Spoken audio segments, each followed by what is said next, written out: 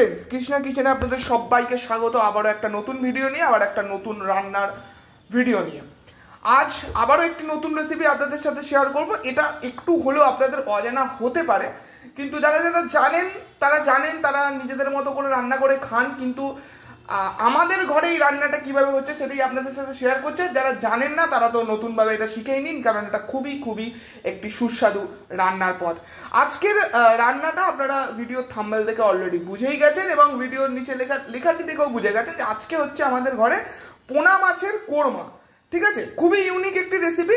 তো এই পোনা মাছের কোরমা, এই সুস্বাদু রেসিপিটি আমাদের বাড়িতে কিভাবে রান্না হচ্ছে আপনারা দেখুন এবং আপনারা নিজেদের বাড়িতে বানিয়ে খান, খেয়ে আমাদের কমেন্টে জানান যে রান্নাটা কেমন লাগলো। তো চলুন আজকের ভিডিওটা বেশি কথা না বাড়িয়ে ভিডিওটা শুরু করা যায়। বন্ধুরা, এখানে আমি জল নিয়েছি, জলের মধ্যে একটু লেবু দিয়ে দিচ্ছি।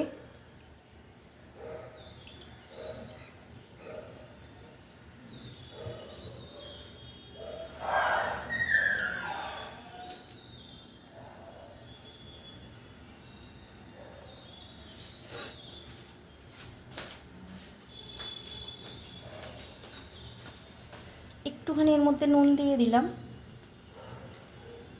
আর একটুখানি আদা রসুন বাটা। এটা ভালো করে গুলিয়ে নিলাম। এবার মাছগুলো এর মধ্যে 10 মিনিট জলটার মধ্যে আমি ভিজিয়ে রেখে দেবো।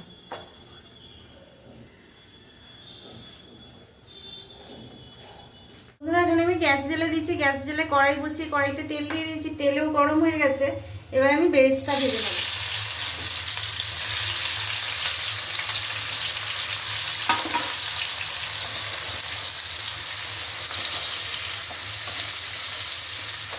বন্ধুরা, আমি মাছগুলো যে ভিজিয়ে রেখেছিলাম লেবু আর আদা রসুনের জলে, সেটা আমি তুলে নেব।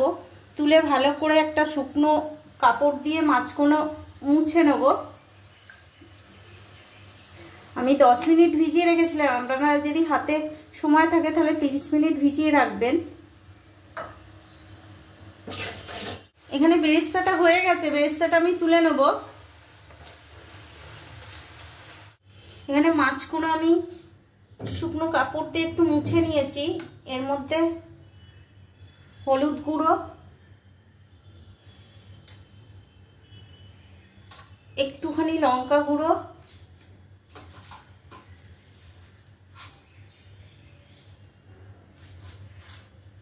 আবার একটু নুন দিয়ে এটাকে মাখিয়ে নেব। আপনারা এটা রুই মাছও নিতে পারেন, কাতলা মাছও নিতে পারেন, পোনা মাছও নিতে পারেন বা ভেটকি মাছও নিতে পারেন। খুব সুন্দর এটা হয়। রোজ একঘেয়ে মাছের ঝাল খেয়ে খেয়ে ভালো লাগে না। এবার এটা আমি ভেজে নেব। বন্ধুরা, এখানে যে পেঁয়াজ ভাজার তেলটা ছিল ওই তেলেতেই আমি মাছগুলো ভেজে নেব। বেরেস্তা ভাজার তেলটা যে ছিল,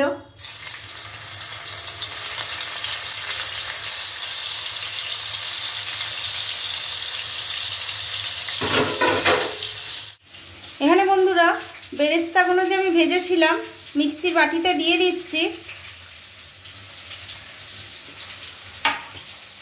এর মধ্যে আমি 100 গ্রাম টক দই দিচ্ছি। এটা আমার ঘরে পাতা টক দই। আর এখানে একটা টমেটো দিচ্ছি। এটা এবার মিক্সিতে পেস্ট করে নেব। মাছটা ভাজা হয়ে গেছে, মাছটা আমি তুলে নিচ্ছি। একটু মাছটা কড়া করে ভাজবেন।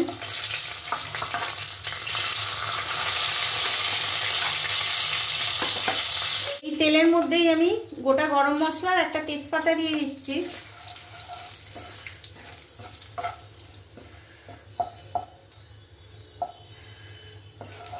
একটু ভেজে নিচ্ছি গোটা গরম মশলাটা।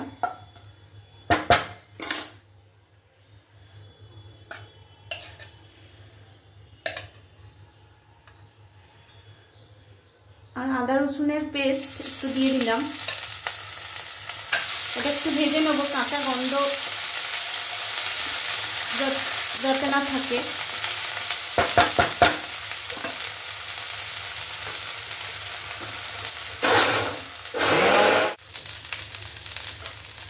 আদাটা ভাজা হয়ে গেছে। এর মধ্যে এবার আমি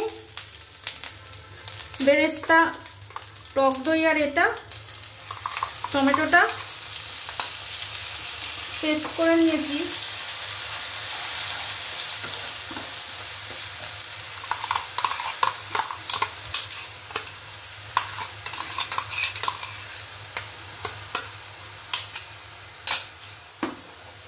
এটাকে ভালো করে আমি একটু কষিয়ে নেব।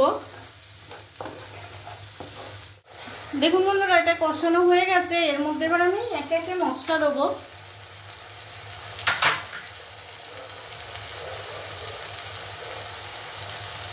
পরিমাণ মতো নুনটা দিয়ে দিলাম।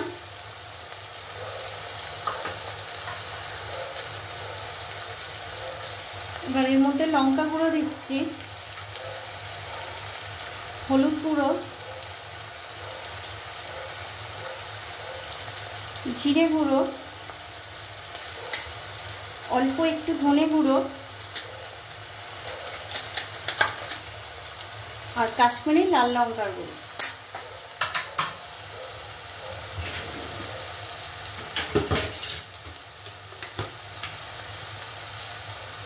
আর একটুখানি চিনি।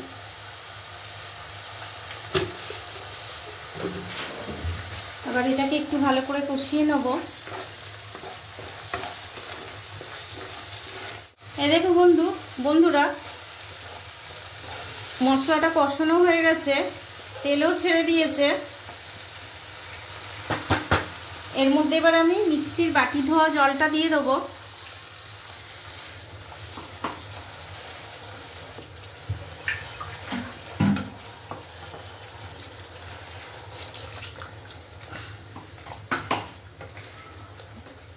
এবার ভালো করে এটাকে ফুটতে দেবো। গ্রেভিটাকে ফুটে গেলে তারপর মাছগুলো তুলে দেবো এর মধ্যে। দেখুন বন্ধুরা, গ্রেভিটা ফুটে গেছে। এবার এর মধ্যে মাছগুলো আমি তুলে দিচ্ছি।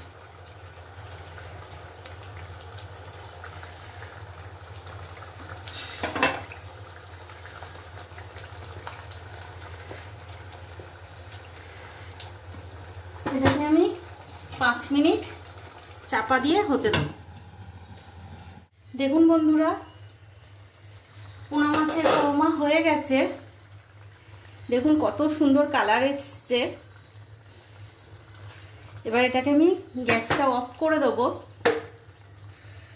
অফ করে দিয়ে এর মধ্যে আবার একটু আমি বেরেস্তা ছড়িয়ে দেবো।